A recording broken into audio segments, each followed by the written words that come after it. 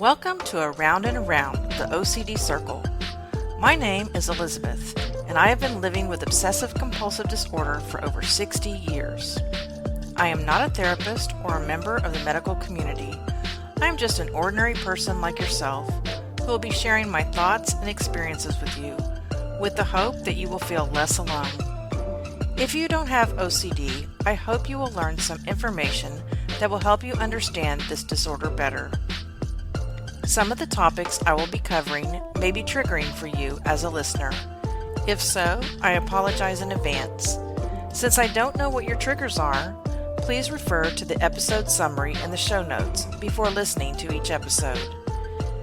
If at any time you feel like hurting yourself or ending your life, please call the 988 Suicide and Crisis Lifeline by dialing 988 if you are in the United States.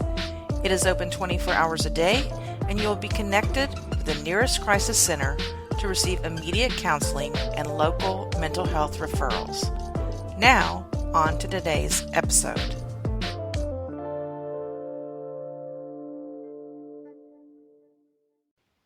Welcome back, everyone, to Around and Around the OCD Circle podcast.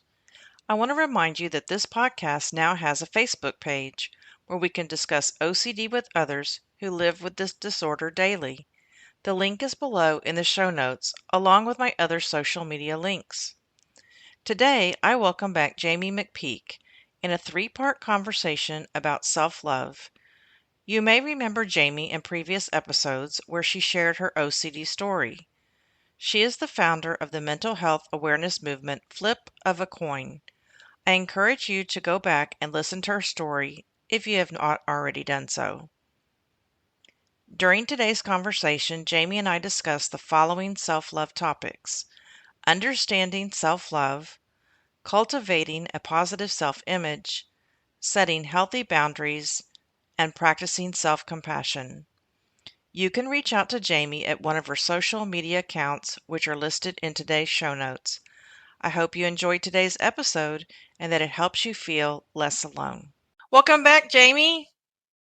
Hi, good to be back. You said you wanted to come back on and talk about a very important topic, self-love. Yes, very So important. I think the very first thing we probably need to do is define what self-love is. And some people get self-love confused with the term self-esteem. So we probably need to talk about what the difference is. Yeah, well, first, self-love basically just means having a high regard for your own well-being and your own happiness. It means taking care of your own needs, listening to your body, and not sacrificing your well-being to please others. So really, self-love is just what it sounds like. It is loving and caring for your own self, your happiness, your well-being. And it's very interesting how people view self-esteem versus self-love, but they are quite different. Self-esteem is an evaluation, whereas self-love is more of an attitude and a lifestyle. So love combines both feeling and action. So self-love is very healthy. It's not, some people think that it's a selfish thing, or if you're doing things for yourself, just for yourself, that's selfish. And that's not what it is. And we'll get into that a little bit later. But self-esteem focuses on evaluating yourself, usually based on achievements and external feedback, whereas self-love delves deeper into acceptance of oneself, a genuine sense of compassion and kindness that comes from within yourself, not from external events. Self-esteem can fluctuate just based on your external circumstances, whereas self-love comes from within. And no matter what's going on the outside, you have that self-love towards yourself. And you were talking last time about how embracing self-love has helped you overcome your OCD on so many levels. Oh my gosh. I remember you talking about that, how that has really been one of the main things that has helped you get through all that you've been through. Yeah. Yeah, that was the final epiphany for me, was learning. First came self-acceptance. That was the first thing that came.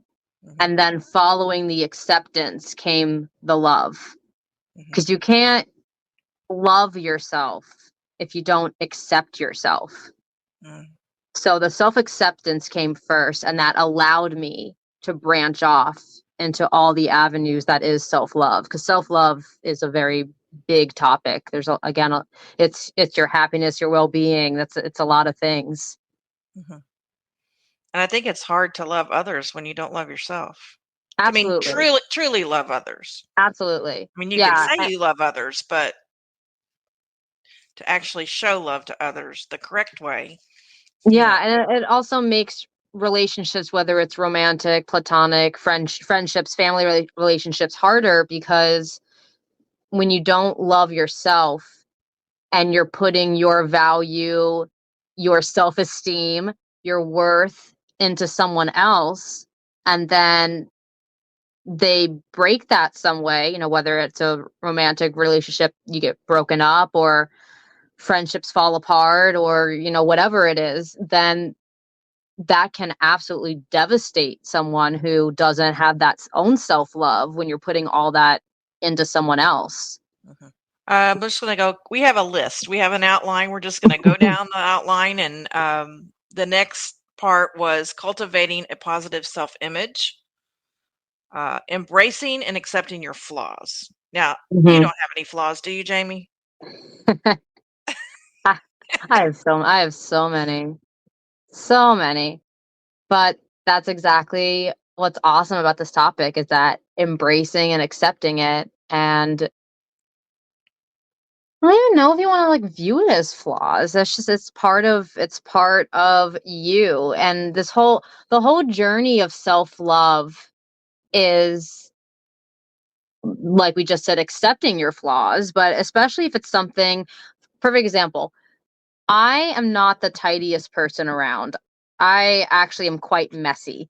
And that is something I don't like about myself very much. It's something that I accept. Okay. I just, for some reason, I can't put things back after I use them. Like, for some reason, it has to be like a chore, like, hey, put this back. And that annoys me. It's like, why can't I just put that back? So, but again, I've accepted that and I'm working towards being better at it. And S- So, like, is it a flaw? Yeah, it's something that, I could work on. And that's the whole awesome journey with self love, is that you're constantly working on yourself and you're working towards being a better version of yourself. There's not really an end game with self love. You always have room to grow in it. So, going back to just embracing it and accepting your flaws, I don't really know if you should view them as flaws, just view them as things that you can work on among yourself. Mhm. Yeah, I was thinking to put more of a positive spin on it, where, if you were, quote, perfect, which no one is, but you wouldn't have anything to work on. And, Yeah, exactly. you Exactly. know, sometimes I'm a procrastinator for the most Mhm. part. Not really big, not as much as I used to be. But sometimes that can be a positive thing, because if I do something right away, if I would have waited, taken some time, the outcome might have been better. Mhm. So, in that case, my, procrastination kind of helped me. I'm like you. I don't think they should be, the term flaw is kind of misleading there. Yeah, because But even like how I delved in a little bit with the last episode that I was on, my OCD, is it technically a quote unquote flaw? Yeah, it's an imperfection of a chemical imbalance in my brain, but it has allowed me to be extremely driven, extremely motivated, extremely determined, extremely self-sufficient. I don't need other people to say, "Hey, get this done," because believe me, I'm already 10 steps ahead of that. So it has definitely allowed me to be as successful as I am, and allowed me to pursue as many avenues as I pursued at such a young age. So yeah, there definitely absolutely can be huge positive spins on it. And some people who have paranoia, and are always, looking around and making sure that they're, safe and stuff, as draining as that can be, that can also be a huge benefit. We live in a crazy world right now, and it's always good to be extra careful about your surroundings. And I'd rather be over vigilant than be oblivious. And so there's always, like you said, you can definitely spin it and make it a positive. Or if it's something like a trait like mine with the tidiness that I don't really care to, like, I want to fix it, then it's a journey, it's a learning curve, it's a growing experience. So absolutely you can turn these quote unquote flaws into positives. Mhm. Yeah, I'm thinking about, you know, this is kind of off topic, but not really. I'm thinking about a certain soldier who was burned in the war, and he comes back and his face is just, deformed, Hmm. and people could stare and point, laugh, whatever. But instead, he turned that around and, laughed along with them, made jokes, Hmm. to where he developed relationships with people who probably were scared to even approach him because of his, what quote deformity, Hmm. and taught them a lot in return, that he didn't care the way he looked, you know, it was what was on the inside that mattered. And, that just kind of reminded me of that Yeah, and that's to that's a put some beautiful comparison. to put some humor into it, to laugh at yourself, not be so serious and not dwell on it, you know. Hmm. And I know I have a really, really bad habit of interrupting people. And I probably did that on our last interview. I've been trying really hard. And I do that because it's like my mouth is working faster than my brain. And so I don't want to forget something that I want to say. So I just start spitting it out and the other person hasn't finished, and I just have gotten to where I just kind of laugh at it and tell people this is me, and try to stop me, but this is part of my personality, and Hmm. I'm working on it. But I think actually this Exactly. podcast has helped me a lot with that. So Yeah, well, that's great. I don't remember you interrupting me during the last one. I do it So, on my I have a YouTube channel and I do it a lot. So I've been practicing. I do it in personal conversations all the time, and it mhm. drives my wife crazy. Oh, no. But it's like if I can't spit it out, I'll forget Mhm. it. If I don't have something Mhm. to write down, I'll just forget it. So it's not that Yeah. I think my thoughts are more important than the other person. It's just I don't want to lose my train of thought. Yeah.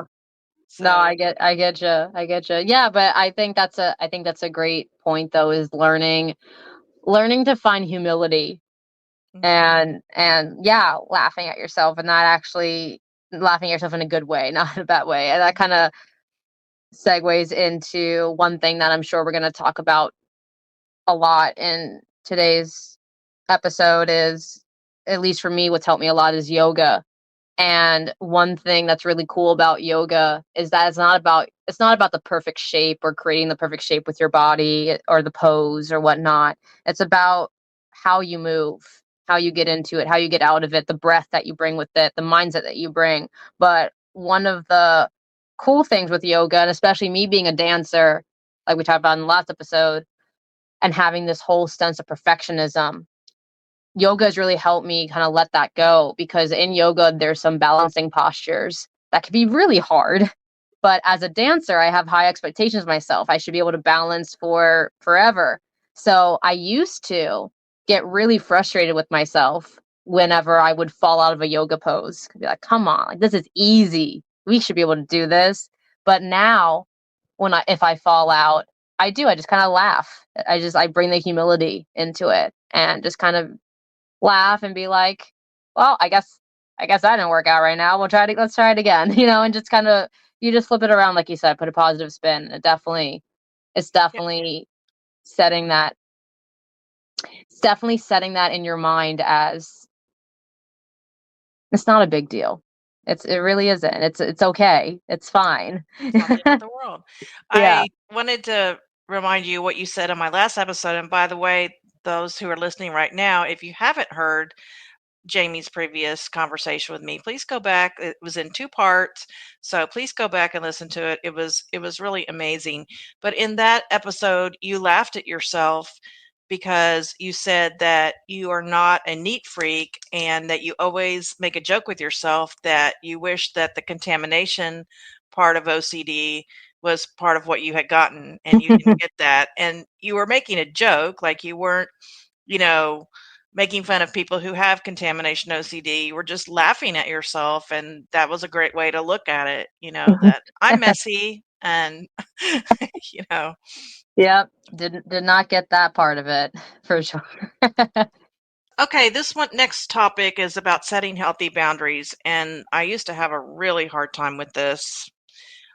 Recognizing and establishing personal boundaries and saying no without guilt and I can't say that word, prioritizing Prioritizing. self-care. Okay, that had too many syllables. So, have you had or do you have difficulty with setting personal boundaries or Yes. Yes, I do, and that stems from the OCD of, again, wanting to do it all. So a lot of, and I think we did talk about this a little bit in the last episode, but I want to do everything at once. I love performing. I love working with the environment. I love being creative and, using art. I love going to the gym and working out. I love staying busy. I love staying busy. And because of that, and because of my OCD, wanting to do everything all at once, I have gone through several cycles of over overexerting myself and saying yes to too many things and putting way too many things on my plate, and then realizing that I don't even have a fork to eat it with, like it's just there. Mhm. And it has caused many burnouts and many times where gosh, I mean, I'm never the kind of person who will back out of a commitment, but it may cause a few breakdowns along the way because I'm like, I really overwhelmed myself. But I have been getting much better at that. I've been getting much better at realizing when to say no and when to establish more of a healthy boundary. And it's not easy. It No, it is definitely, not. yeah, it's not easy. And I'm still definitely working on it because there's still, if I get, let's say, an opportunity and I really want to do it, my first inkling is always yes. Yes, give it to me. Give it to me. And that's always my first inkling. And it really still to this day, which is a huge improvement from where I was, because again, it used to just be yes, put it on, put it on, put it on, put it on until I had no more room. But now I'm at the point where again, my initial impulse is to say yes, but I have to stop myself and I have to really look at my calendar, look at what I have coming up, look at the commitments I already have, and really just rationally, and it's not just with myself. I'll talk it over with my fiance or my mom, or again, if you have friends that you can talk about with someone too, because that's also helpful to get an outsider's point of view. But I have to look at it and be like, does this opportunity, will it benefit me enough to add this extra opportunity, or will this just ultimately be a stressor or something that I just won't have time for and can't give my all to? So it's something that I'm still working on, but I've definitely dealt a lot with it, and it's something now that I've gotten much better at learning how to weigh the pros and cons. And if it's something that won't benefit me immensely and it's going to add a lot of stress, a lot of time, a lot of commitment, then it's not worth doing. And learning to say no without guilt, yeah, that can be very hard. That can definitely be very, very hard. But the more you learn about self-love, which again is having that high regard of your well-being, your mental, your physical, your emotional well-being, the easier saying no will get, because you know that that is best for you in your current state. And another example that I'm going to use is that I talked about last episode, is that I would constantly be going, and I would never stop until I burnt out or broke down, kind of like what I just said. But one thing I've gotten really good at, actually, and I'm very proud of myself, is actually listening to my body. So I'm the kind of person who I would work out every single day, 7 days a week, and basically get to the point where I would not work out unless I was physically sick. So then, because my body never had a chance to recover, because I was always working I would just get sick, and then I would have to recover.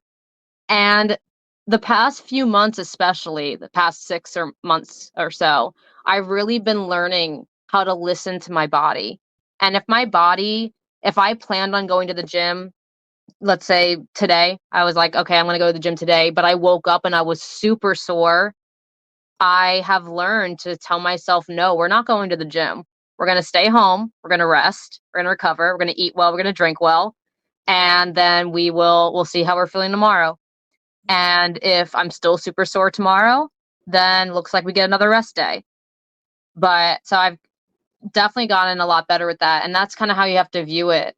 And again, when your body, and this includes your mind, if you have an inkling about something, or your body, when your body's trying to tell you something, they call it, a sixth sense or a gut feeling. They call it that for a reason. And it's really important to not just dismiss those.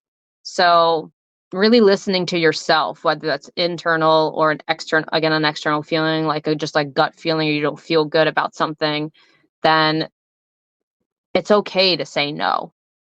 And you don't have to justify yourself for saying no. That's another thing. You don't have to always justify why you're saying no. You can just say no. This is not in my best interest right now. And again, a lot easier said than done, but that is all a part of the self-love and self-healing and self-acceptance process. Yeah, I spread myself way too thin. I'm the caregiver in me. I just want to take care of everybody. Everything. Mm-hmm. I just want to take care of everybody, and to the point to where I'm not taking care of myself. Yeah. You know? And that goes back to the first thing that you said was, if you don't love yourself, Mm-hmm. how can you love others? And it's the That's same right. thing with care. If you're not caring for yourself, then you can't properly care for others. It all goes hand in hand. Mm-hmm. So that's why it's so important to realize that self-love is not being selfish. It's actually being selfless. You're getting to a place where you can be there for other people. Yeah, because a couple of weeks ago I fell. I had a really bad fall. And as I was lying there on the concrete in total pain, only thing I could think about is you have to get up and nothing can be broken because you have all these things to do. Mm-hmm. You know, I didn't even once tell myself, oh my goodness, I'm hurting. My wrist may be broken. My knees may be broken. It was just always, I got to get up and I got to go do. Mm-hmm. So this can't be happening to me. Mm-hmm. I have a lot to Yeah. work on still. Yeah. No, that's okay. That's okay. I understand that mindset, and Hmm. that's okay. I'm glad Yeah. are you okay? Did you I, hurt anything? it was incredible. It was just, I was very, very lucky. Good. I should have broken both knees and a wrist, and I hit my head. Wow. Um, Well, I'm glad. Yeah, I'm so very glad you're it okay. was a big fall, and I was just laying there going, I'm just one fall away from surgery, physical therapy, you know, a cast, Yeah. So when you're Yeah. my age, I mean, I should have broken something, but it's Well, really, I'm glad that you're okay. thank you. Of course. The next bullet point is practicing self compassion, the role of self compassion in fostering self love. learning to forgive yourself and let go of self-judgment, Mhm. beating Yeah. yourself up, not Mhm. forgiving yourself for things that you've done. You can only say I'm sorry so many times. I mean, you know what I mean? Yeah, and I have a lot to say, and I'm trying to figure out exactly how I want to start, which is why I'm just like sitting here like staring at the floor. um, yeah. So, gosh, this is such a heavy topic. I'm gonna start with something that has helped me a lot, and then I'm gonna kind of go off that. But forgiving yourself and letting go of self judgment can probably be one of the hardest things you do on the self love journey because we are our own worst critics, for sure. And gosh, I mean, we think about things about ourselves that no one else would even think about, and it's Unless you're a amazing narcissist. unless you're a narcissist. Yeah, yeah. But and one thing that has really helped me are affirmations. And for anyone who doesn't know, affirmations are really just a series of statements that you say either out loud or in your mind. I like to say them out loud, but they're just a series of statements. And literally, one of the affirmations I say is, I let go of what no longer serves me. That is a statement that I say almost every day. And it really helps. And I'm not saying you're just going to say it and it's like, wow, everything's gone. That's not how it works. Like you have to you say it. You, even if you don't believe it, you say it. I like to imagine that whatever I'm worrying about that day or that moment, that I'm literally letting it go off my shoulders. I like to put a visual to it. And I've been practicing affirmations now for a little over a year. I started January of last year, and I've been doing them every day. Might give or take a few days. There's a few days I didn't do them because I was sick or on vacation, but I've been doing them mainly every day. And I have noticed such a huge change in my thinking because it's not so much, and I'm sorry if I'm going off topic a little bit, but this is really important. But it's not so much that you say the affirmation. Let's say one of the affirmations is, I choose to be happy. It's not so much that you're just going to magically become happy, because that's not how it works. How it works, though, is that you change your perspective on things over time by saying these things to yourself.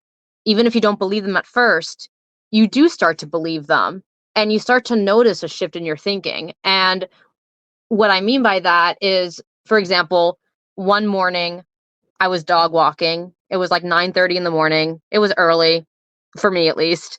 Not That's not even early for me anymore, but at the time it was, and I did not feel like being up that early. And I was dog walking. I had said my affirmations before I dog walked, and was just kind of I wasn't really feeling happy or sad. I was just kind of there, just dog walking, just chilling. And this guy was also dog walking on the opposite side of me, and he was coming towards me. And as we passed each other, he just waved and said, "Hi, how are you doing?" I said, "I'm doing good. How are you?" He's like, "I'm good, and I hope that you have a great day." And I said, "Thank you." And that made me so happy. And if that would have happened to me, let's say a year and a half ago, back before I did affirmations, it would have just been like, okay, like cool, like good talk. But after doing affirmations, I thought to myself, like, wow, this guy could have easily just passed me and just looked at me, didn't look at me, and just walked right by. But he actually took time, albeit just a few seconds, but still, he took time and he took energy to say, "I hope that you have a good rest of your day." And that was really nice. And so, something that I would have previously not even batted an eye at, I am now realizing, like, that was really nice and that made me feel really good. And that's kind of what affirmations do is they kind of just, you change your perspective on things. And for example, another one of the affirmations I say is, I choose to look for the good that's around me. And that was a good. That was a guy who was just being very nice. He wasn't after anything. He was just like, I hope you have a good day. And so tying back into self-judgment and forgiving yourself, again, for me, affirmations have been so huge because it's not like I just say, I'm going to let go of what no longer serves me and it's gone, but it's just a matter of allow allowing my perspective to be a little bit different, and allowing the things that do bother me not to take up as much time and energy.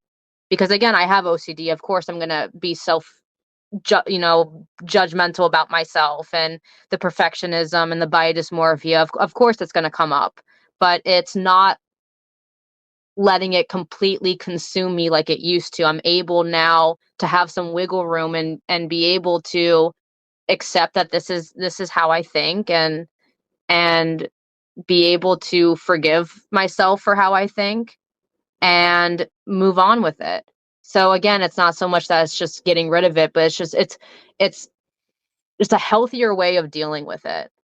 Mm-hmm. And again, what for you, whether that's affirmations or whether that's meditation or yoga or whatever that is for you, it's going to look different for everybody. But it's just that, again, it's that approach of being willing to let go, and being willing to let go of being so hard on yourself, not letting go of the thought altogether, because again, that may not always be the case, but letting go of how much time and how much energy and how much you want to give this thought. Because at the end of the day, your time is valuable. We're never going to get this second back again. So we're all chasing time till the end. So how are you going to spend this time? So again, That's it's a right. whole, it's a mind perspective shift Mm-hmm. is really what it comes down to. And for me, that's what affirmations have taught me. But whatever it is that helps you, at the end of the day, it comes down to your perspective and your attitude and your mindset. Mm-hmm. I had a conversation with Janaea on a previous episode, and she gave out some OCD advocate Instagram accounts, and they have affirmations coming out every day that she reads and writes down. And I was wondering, where do you get your affirmations from? Do you just Google them? Yeah, there's actually someone on YouTube I really like to listen to. His name is Bob Baker, Mm-hmm. and he has some really nice affirmations that I really like to listen to. So nowadays I listen to him really every day for a very long time, and then I started getting comfortable with doing affirmations more on my own, and kind of using him as an inspiration, but then putting my own spin on things. And then I started creating my own affirmations. And now actually what I do is I do affirmations with my support group, my mental health support group, Flip of a Coin support group on Facebook. And it is like a mix of things inspired by him and my own spin on things. And yeah, that's kind of how it sprouted. I will every now and then, if I'm doing a specific theme of affirmations, look up affirmation like like literally just the other day I was looking up law of attraction affirmations. And again, if there's like an affirmation that I look up and and the wording isn't doing it for me, you can like change the wording up to however it's going to best serve you. Mm-hmm. Do it. But yeah, but Google's a great resource, YouTube's a great resource. And like I said, the more you listen to them, the more you'll be able to create them as well. Mm-hmm. I used to put them on my mirror on a stick note. Hmm. In the past few years, I put them in my planner. I concentrate on 5 different ones, and I have them written in my planner, and I have a checkoff box that I read them out loud every day, and then I change them monthly. Unless there was one that was just working so well, I'd repeat it. Hmm. That's how I did it. I put it in my planner that every day I would read my affirmations. I would just check it off. That's And great. Yeah. yeah, sometimes I'd have a different theme. Each month might be a different theme of affirmations. So, yeah, affirmations are great. They really are. And again, it may take a while for you to notice anything. I mean, it took me a good few months before I started noticing the good around me. Like, again, like that guy saying, I hope you have a great day. So don't give up on them. Definitely don't give up on them, because it takes time. It definitely does. Please join me next Monday morning when Jaimi and I will continue our conversation about self-love. I encourage you to share this podcast with others. Everyone, not just those with OCD, may find the topic of self-love useful in their lives. If you would like to be a guest on this podcast to tell your OCD story, please contact me at one of my social media accounts below. Until next Monday, remember that I am in your corner. Obsessive Compulsive Disorder, while not curable, can be managed, and I am living proof of that. I hope you all have a fantastic week. See you next time.